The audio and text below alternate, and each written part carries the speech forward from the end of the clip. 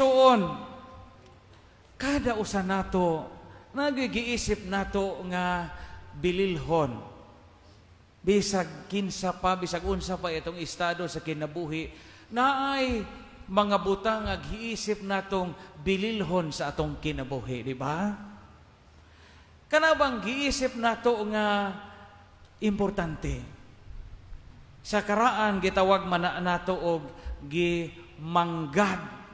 Ang mga tiguwang ani, daghamang tiguwang ani nung imoy, sa pa ibang mga tiguwang na ani, no? Ma'am Fe, Nanay Fe, mga idarana, mga batano di na makasabot ani, tay luloy kasabot pa ani, no? O sa pa uban na dinhi. Kanang giingon bitaw sa mga karaan nga gimanggad. Kadungog pa ba mo ana? Mga batano di na kasabot ana, kami yung mga batano grog, Father, where man ta mo go? Char. Di na kasabot ng gimanggad. Kanang gimanggad sa in English pa, gitawag na ganang gi-value nimo. Something or someone who is precious or who is valuable to you. Muna giisip nimong bahandi. Bililhon. Mao na sa gingon sa Ebanghelyo. Sa Ebanghelyo karon gahisgot og mga sambingay. Unya, mga butang nga giisip nga bililhon sa ilang kinabuhi. Ang unang sambingay naghisgot kabahin sa usa ka bahandi nga na kubkuban. Giingon sa Ebanghelyo, nakubkuban. Apay laom nga pong ani kining giingon og nakuykuyan. Gamitan niso ni mga punga kay mawa ra ni og mga wa puta mga tiguwang. Nakuykuyan. Pero ang gigamit sa Ebanghelyo nakubkuban. Pero sa karaan ani, nakuykuyan. Nakakuykoy siya bahandi, treasure. Gilubong sa umah. Pagkakubkub ni siya, isang tabunan o balik. Diyan na ning kamot ang tao nga mapalit ni siya itong maong juta. Kay kahibaw man siya nga tuay, treasure nga na dito nalubong. Unya, ikaduhang sambingay, gahisgot o mutya. Sa English, aning version is pearl, perlas. Kanang naabitaw sa mga kinhason, nasa usa ka kinhason, di ba na ay perlas ana? Ijang gibalig siya ang tanan ni siya nga katigayunan aron maija ang maong mutya. Bahandi. Lain-lain ang mga bahandi nga giisip natong bililhon sa atong kinabuhi. Example, na may mga tao nga diin ang ilang gimanggad ang pagpangalagad sa simbahan. No? Kamo, choir, le minister, kami po mga pare. O sa may giisip natong bililhon nga mga nangalagad sa simbahan, ang atong pagpangalagad kanunay. Mo bitaw no ngano nangalagad mo sa simbahan, sa may sweldo ni Diyan mo. Kasabaan pataw sa pari o magkalisod. Kita pa'y mo plete.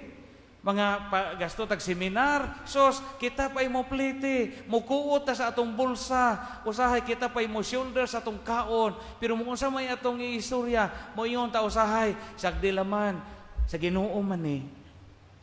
Galangan mo panahon. Mahimo ra manimba tayo, inigawan mangulita sa ato. Nganong kapalabad-labad pa apil sa choir, apil sa minister, apil sa PPC, apil sa PFC, kanunay meeting, kanunay daghang obligasyon, na pa'y mga sugo para project, manaygon pa ta, mangulikta pa ta, mag-fundraising pa ta. Nganong kapalabad-labad man mo sa nga mahimo ra musimba, inigawan manguli sa inyo, mangaon, magsusup og milti, inigawan. Pero nganong hinggahin man tagpanahon, kay giisip nato ang atong pagpangalagad sa Ginoo nga bahandi. Amen? Nabito mo bitaw ni awayan usahay sa mga magtiadyon. Labi na ka na makabana og irehes. Diya kani yung ikamo kita mga baji hinimbahon, maglagot man ni yung bana na usay dugay mo manguli. No, kanang usay bitaw nga alas 9 na mo mauli na uban na dugay mauli kay tagsa-tagsaon pag lips to lips sa mga santos aring altar. No? Simpag alas 6, ang misa alas 9, nakauli kay lips to lips, pupunta ng Santos. Magyaw-yaw na yung bana. Tugaya magkamauli na pasmo na ko rin, bugnaw na rin, butang din eh. Manong sa mga, sige makagyampunga na simbahan, hingangay ka na itong kura. Di man sila kasabot nga nung apil kag Legion, apil kag Knights of Columbus, apil kag CWL. Nga man, giisip man na nimong bahandi. Giisip na nimong bahandi. Una kay giisip na nimong bahandi, apil og tipik na og buhusa na sa imong paningkamot. Mao na sa Ebanghelyo karon, bahandi. Kanang pagpangalagad sa simbahan, di ba siya nalalim? Tresyo na nato. Kaya kahibaw man tanga para ni sa Kingdom of God. Sabi ito istorya ng Leminister, no? Leminister, unya, devoted ka sa kada adlaw, sir, parehan ninyo. Unya, kayo sa kaadlaw ni Ana, gamisa, padung na magmisag pare. So, singingon man si Father nga, English atong misa. So, gikabuhi ag minister kay Bisaya gurin taw ilang gipraktisan. Kay bao na kay English nga slang na po ning English so kana po yung mga estudyante wisdom, Holy Spirit. So, yung pader di mahimog Bisaya, pader Bisaya man mo na praktisan maluoy ka pader. Bisaya naman taw di kay dai foreigner, di po foreigner rin simba rin kailan. So kakurog-kurog taw minister pag sugod nagmisa gangana intaw ning leksyonaryo kay kakurog intaw si Jan second reading man tong minister. May ikanhong pagbasa suwat San Pablo taga Pilipo na English lagi ingon sa second reading is taken from the letter of Saint Paul to the Philippines, no? Ang Philippines na himong Philippines ikulbaan sa pag-adyo na paghumagbasa mo ingon bitaw tag the word of the Lord, no? Sa isang kakulba ingon siya the end of the world. Yung po mga tao, thanks be to God. Pastila, no? Pero sagdi lang, ipadayon ng inyong bahandi nga napilian kay para na sa gingharian. Na po yung uban, ang giisip nilang bahandi sa ilang kinabuhi, ang ilang trabaho. Mabitan na uban, Father, di ko kalib. Diyan mo ko'y bakasyon, Father. Wa diyan mo ko'y panahon, ana mga luling hayaw, kana mga tortur, Father. Diyan mo ko'y lugar, ana. Di gani kong magapanglaba tungod sa akong trabaho. Akong kwarto, Father, nahimo ning extension sa akong trabaho. Kay gipaka mithi, bahandi nilang ilang trabaho. Maway gipaka manggad ang ilang trabaho. Mabitaw ko no nga natukod ng mga slogan nato tungod sa atong commitment sa atong trabaho. Sa post sa Facebook nakita na ho ingon dito ang pulis kuno, ang slogan kuno sa mga pulis ilang trabaho, no pain, no gain. Nindot po, no? Una ang mga army kuno, ang ila pong slogan tungod sa ilang commitment sa ilang trabaho, no retreat, no surrender. Piskay po.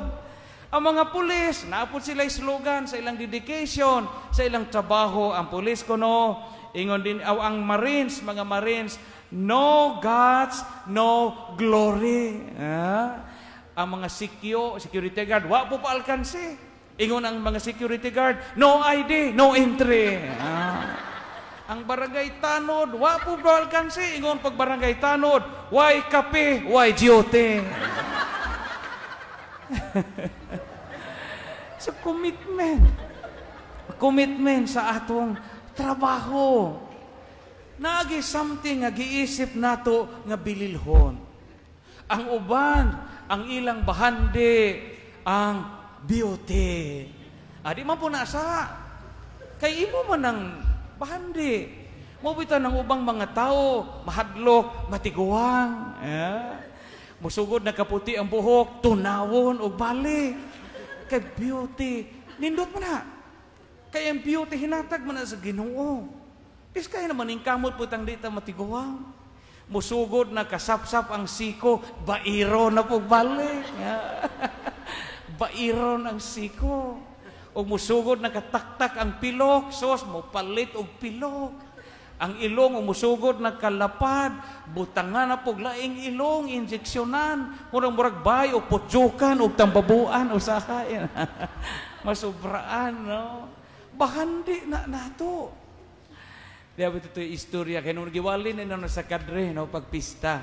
Nay usa ka laki nga gibuwagan og asawa kay maot og naong. So bidaon ka jud dagway, apiki jud naong nga jud. Apiki unsa laki kaduha na ito sa bijaig asawa. Motong gapujo si jang inusara.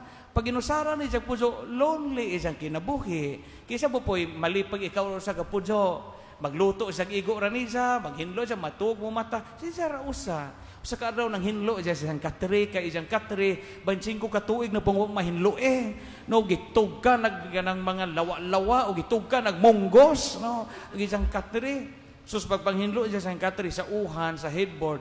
Wa siya kay nga diham day dawindi kapujo, no? Kaila mo dawindi, no? Kanang taong gamay, no? Nga malignant creature kuno na. Hing istorya dawindi ni ja ingon nagdawindi, uy luuya makabrad. Sus malipayon unta ka og wa pa kabijaig asawa kaduha na magkabijaig asawa brad. Aho kang lipayon. Gilipay ni ja, yung sao man nimo paglipay naho. Tagaan ka naho og tulo ka chances nga ma-fulfill imong wish. Naa kay 3 wishes nga ahong ihatag nimo. Pag wish og tulo kay ahong ihatag nimo, ingon siya, sige. Una na ahong wish, gusto kong madato. So sa usalang ka pagpamilok, sa usalang ka pagpamilok, di kinadaghan ng kwarta. Hapit ko siya maligid, hapit siya madatugi, kinadaghan ng kwarta. Iyon nagduwindi, lipay na ka. Lipay na ko duwindi. Napay duha. Yung second wish, ingon agtaw, duwindi gusto kong maadyo sa ahong sakit kay hubakon ko. Akdon ko bisag musaka kong hagdan. Ingon po duwindi, sige ginhawag laom. Pag ginhawa ni jag laom, sos tangtang tanang kugmo, tanang sipon, tanang hukaw, mo tanang plima nga katong plima nga luod na kaadyo tangtang. Di dyan mo ganahan manihapon ani na. Tangtang tanang plima. So, pag ginhawa, tulin na isang ginhawa. Yung napayo sa ka-wish, malipay pa ka ani. Sige, wish number 3. So, duwindi, gusto so kong makaatog Cebu, pero di ko kamao mo langoy. Mahadlok so kong tubig. Pag magtulay, gikan din sa dampas, no? Pag magtulay, gikan sa dampas, padong sa Pier 1, gikan sa Kanangkaan, padong, hato sa Pier 1. Iyon nagduwindi matay di masilbi na pordoy ko na kinadakuan ang budget 5 kag taytayan gikag tagbilaran padog Cebu cancel paggama og laing wish himog laing wish ingon ag tao sige di man ka pwedeng tulay na ilaing wish nga ipuli nako sa wish number 3 himo akong gwapo kanang maggukod na ho na mga baji kanang malipay na ho na mga daga kanang maghilog jud sila nako himo akong gwapo tanaw na pagduwindi matay di mahimo magtukod na naman tagtulay bahalag milyon ang gasto no di madhana imong naong no? Bahandi si San Ignacio baya sa iyang kinabuhi primero kay iyang bahandi giisip ni siyang bililhon kay katumang iyang pagkasundao pagka knight kabalyero kayong in fact nahimo siyang sikat nga manggugubag. Sa usa ka battle sa Pamplona dito sa Espanya, naigo maisang paa o kanyon, balag kanyon. Unya gapaalim si Jawa, man si Jay laing mabuhat ang pagbasa sa kinabuhi sa mga santos ug sa Biblia. Nautro isang kinabuhi. Ang isang gidamgo nga masikat siya nga sundao, isog siya, sikat siya sa katilingban, a good night nga mo'y pinangita sa mga prinsesa atong panahona sa Espanya. Pero pagkaigo sa iyang paa, sa bula, sa kankyon, dito sa giyera sa Pamplona, nautro iyang kinabuhi. Pagkaazo ni Jah, gisurrender ni Jah ijahang espada dito sa simbahan sa Manresa. Na simbahan among naatuan na sa church sa Manresa, na dito ang espada ni San Ignacio yang gisurrender sa mahal nga birhen. Iyon San Ignacio nga kining akong espada ako nang ihalad nimo mahal nga inahan ug sukad karon di na ko sundao sa hari sundao nako sa Ginoo. Mao na si San Ignacio ug sukad diadto nakakita siya sa iyang tinuod nga bahandi sa kinabuhi. Kita ka sa atong kinabuhi kami nga pari, unsa may tinuod namong bahandi sa among pagkapari. Kamo mga ginikanan, unsa may giisip niyong bahandi nga maoy magnudnod ninyo, magkaanam ninyo kaduol sa Dios. Parihas sa giingon ni Kristo sa Ebanghelyo karon nga gibidyaan nila ang uban aron makakita sila sa tinuod nga bahandi nga mong gingharian sa Dios. Kamo nga mga nangalagad sa gobyerno, kita nga nangalagad sa simbahan, nakakita ba kita sa tinuod nga bahandi nga maoy makapalangit nato?